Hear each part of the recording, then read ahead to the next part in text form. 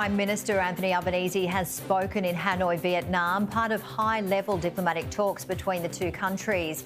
Prime Minister Anthony Albanese will arrive home in Australia tonight after the two-day trip, marking 50 years of diplomatic relations. It is especially meaningful to be here in 2023 as Australia and Vietnam celebrate 50 years of diplomatic relations. Australia was proud to be one of the first countries to establish diplomatic ties with Vietnam after the Paris Peace Accords in February 1973. Since then, our partnership has gone from strength to strength across our economies, in education, agriculture, security, and of course in investment and trade, which has grown tremendously in recent years, but will grow even further in the future. Over 50 years, Vietnam has transformed into a manufacturing power, one of the fastest growing countries in the world. Australia has been a willing partner in this transformation, delivering health, water and sanitation assistance, providing world-class infrastructure as Vietnam opened its economy to the world, including, of course, the first bridge over the Mekong, symbolising a bridge between our two peoples. And we have played a big role in education and skills provision for the people of Vietnam. Today, Prime Minister Chinh and I discussed the future of our relationship and how we are now working together to address the challenges ahead. Well, joining us live from Hanoi is our Sky News Chief News Anchor, Kieran Gilbert. Good afternoon to you, Kieran. So the leaders have made their opening remarks at the talks. What's the latest?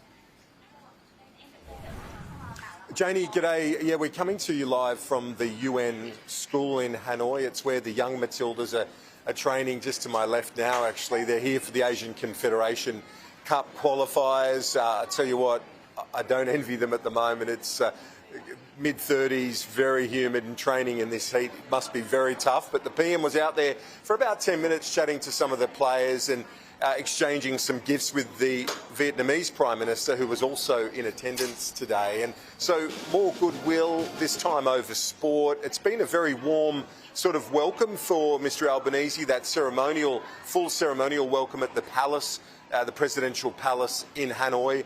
And then this event, he's got a series of high-level talks today. The Prime Minister, the President, the head of the Communist Party of Vietnam and the head of the Parliament, the parliamentary speaker. So it's run by 4 senior figures in Vietnam. He's meeting with all of them. And from sort of the warmth of the football to the reality of the theatre that we are in at the moment in the South China Sea, there's a lot of tension. Vietnam is right at the front line of that tension, and it's hugely risky. The Prime Minister was asked about that here at the football pitch at the school in Hanoi about those near misses that we've seen in the South China Sea recently, one between a US and China ship just in the last day or so. So very concerning situation. Everyone's trying to, or certainly Australia, part of that effort to try and bring the temperature down. And Mr Albanese, in that speech a couple of days ago in Singapore, urged dialogue, saying dialogue is the way that misadventure can be and miscalculation can be avoided.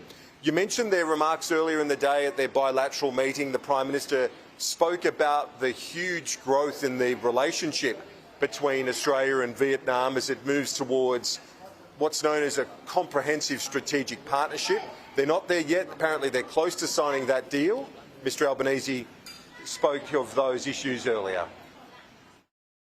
It is indeed 50 years since the Whitlam government made the correct decision to recognise Vietnam. And since then we have grown into strategic partners and good friends. Good friends across defence and security issues, across our economic relationships, but also our people-to-people exchanges as well. So a lot of warmth there between the Prime Minister and his Vietnamese counterpart, and it's all gone very well, the trip, but the backdrop of it, and you can't miss it, is that northern neighbour, Vietnam shares a border with China, We know that the rising China has been increasingly aggressive.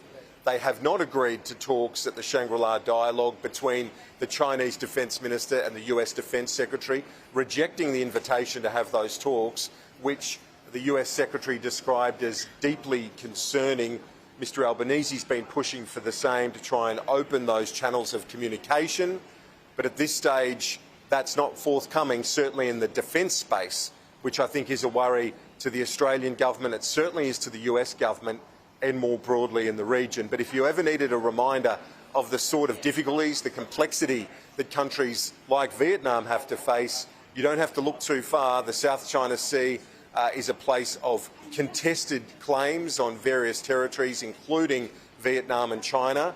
And Vietnam knows all too well about the rising power and assertiveness of its northern neighbour. Kieran, Gilbert live in Hanoi, thank you very much for updating us today.